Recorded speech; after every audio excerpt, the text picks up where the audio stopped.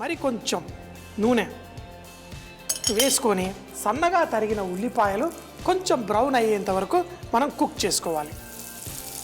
దీంతో పాటు మనం కొంచెం ఉప్పు కూడా వేసుకుంటే ఈ ఉల్లిపాయలు కూడా తొందరగా ఫ్రై అయ్యి మనకి మంచి టేస్ట్ ఇస్తుంది. ఈ ఉల్లిపాయల్ని ఒక 3 నిమిషాలు కొంచెం ఉల్లిపాయలు ఎర్రగా అయ్యేంత వరకు వేయించేసుకుందాం. ఉల్లిపాయలు కొంచెం ఎర్రగా అయిన తర్వాత ఇందులో కొంచెం వెల్లుల్లి ముద్ద కూడా మనం ఇందులో వేసుకొని చక్కగా కలుపుకుంటూ దీంతోపాటు చికెన్ ముక్కలు వేసి కొంచెం పసుపు, కారం అంటే ఈ కారం కాదండి, మనం స్వస్తిక్ వాళ్ళ కారం. ఎందుకు అంటే కొంచెం వేసిన మంచి రుచిని ఇచ్చగలిగే కారం, నాణ్యతతో కలిగిన కారం వాడుకుంటే బాగుంటుంది. మన వంటల్లో ఏ రోజు వంట చేసినా ఎప్పుడూ కారం ఒకేలాగా ఉండాలి. చాలాసార్లు మనం మార్కెట్లో వెళ్ళి తెచ్చుకుంటాం, కారం మారిపోతూ ఉంటుంది. ఒకటేమో ఘాటు ఉంటుంది, ఒకటేమో అంత ఘాటు ఉండదు. అలా కాకుండా ఎప్పుడు ఒకేలా ఉండాలి, మనకి టేస్ట్ కూడా మంచిగా ఉండాలి, కలర్ కూడా మంచిగా రావాలి అంటే మన స్వస్తిక్ వాళ్ళ కారం వాడండి, బ్రహ్మాండంగా ఉంటుంది. దీంతో పాటు ముందుగా మనం పేస్ట్ చేసుకున్న ఈ బీరకాయ, పచ్చిమిరపకాయ, ఈ పుదీనా దీన్ని కూడా మనం ఇందులో వేసేసుకుందాం. వేసి కింద కొంచెం అంటుకుంటున్నా ఏం కంగారు లేదు, దీన్ని చక్కగా కలిపి తర్వాత కావాలనుకుంటే దీంట్లో కొంచెం నీళ్లు పోసుకుందాం. ఆ నీళ్లు కింద ఏదన్నా అంటుకున్నా కానీ అంటుకోకుండా కాపాడుతుంది. మరీ ఎక్కువ నీళ్లు వేయకూడదు. ఆ చికెన్లో నుంచి వచ్చే నీరు ఏదైతే ఉంటుందో అది మన డిష్కి మంచి టేస్ట్ని ఇస్తుంది. గ్రేవీలా కావాలా, కొంచెం వేపుల్లా కావాలా, అది మీరు డిసైడ్ చేసుకోండి. ఇప్పుడు ఆ చికెన్లో నుంచి వచ్చే తేమతో ఈ డిష్ కుక్ అవుతే మీకు భలే పర్ఫెక్ట్గా టేస్ట్ ఉంటుంది. అయితే మంట మీడియం ఫ్లేమ్లో పెట్టి ఆ మూత పెట్టేసి మీరు కుక్ చేస్తూ మధ్య మధ్యలో కలుపుకుంటూ ఉందాం. ఆ బీరకాయలోని కమ్మదనం మన కొబ్బరి అలాగే పుదీనా, పచ్చిమిరపకాయలతోటి మంచి టేస్ట్ ఇస్తుంది. మరో 10 నిమిషాల పాటు పడుతుంది ఈ చికెన్. మరోసారి గుర్తుపెట్టుకోవాలి, చికెన్ ఎప్పుడైనా కానీ మీరు వాడేటప్పుడు చక్కగా సాఫ్ట్గా కుక్ అవ్వాలంటే ఏం చేయాలి, తీసుకొచ్చి దాన్ని ఉప్పు నీళ్ళల్లో ఒక 4 గంటల పాటు పెడితే మీకు సాఫ్ట్ అయిపోతుంది.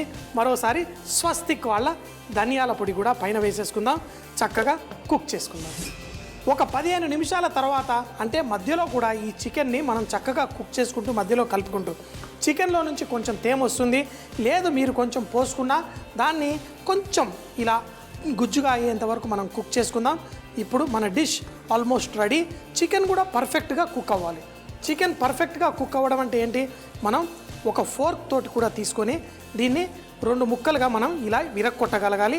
లోపల చూస్తే చక్కగా జ్యూస్ కూడా వెళ్ళి పర్ఫెక్ట్గా ఉండాలి. అప్పుడే మన చికెన్ జ్యూసీగా. మరి చికెన్ బ్రెస్ట్ మీట్ చాలామంది చేసినప్పుడు డ్రైగా ఉంటుంది. అలా ఉండకుండా ఉండాలంటే మరోసారి ఇందాక చెప్పిన చిట్కానే, చికెన్ తీసుకురండి, కొంచెం ఉప్పు నీళ్ళల్లో పెట్టేసేయండి. ఒక 4 గంటల తర్వాత మీరు ఆ చికెన్ తోటి ఫ్రై చేసుకోండి, బిర్యానీ చేసుకోండి, ఏమన్నా చేసుకోండి, పర్ఫెక్ట్గా రెడీ అయిపోతుంది. అమ్మ, అలాంటి వాళ్ళది నిజమైన ప్రేమ కాదు, అది వ్యామోహం.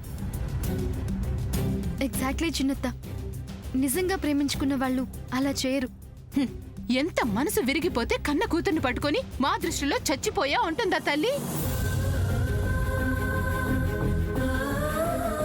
అది సరే అమ్మా, తన కూతురుతో తన మాట అనేటప్పుడు ఆమె మాటల్లో వ్యథ, కళ్ళల్లో బాధ గమనించావమ్మా? పెద్దబాబుకు బర్త్డే విషెస్ చెప్పు కూడా వెళ్ళాం కదా. ఊరికే ఎలా కాలిపోతుంది? మంట పెడితేనో పడితేనో తగలబడుతుంది.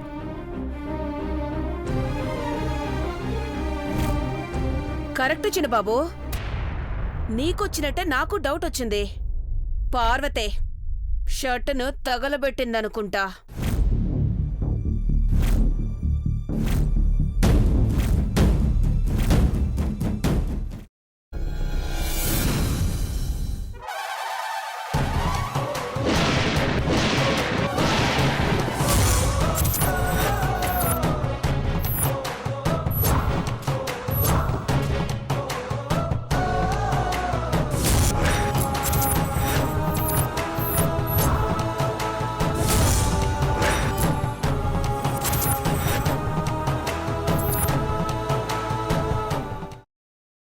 తర్వాత పొట్టు తీసేసి చాప్ చేసి పక్కన పెట్టుకోవాలి.